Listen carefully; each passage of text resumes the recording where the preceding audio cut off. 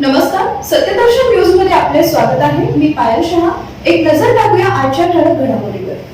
उपमहापौर ज्ञानेश्वरी देवकर यांच्या हस्तक्षेपामुळे मोठ्या प्रमाणात होणारी वृक्षतोड थांबली.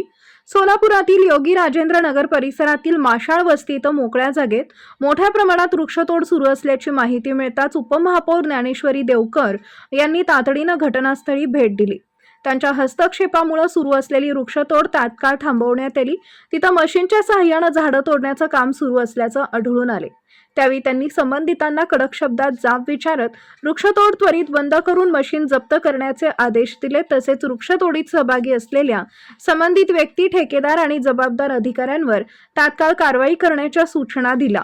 पर्यावरणाला हानी पोहोचवणारी अशी बेकायदेशीर वृक्षतोड कोणत्याही परिस्थितीत सहन केली जाणार नाही असा इशाराही त्यांनी दिलाय. दरम्यान वृक्षाचे रिप्लांट करण्यात येत आहे.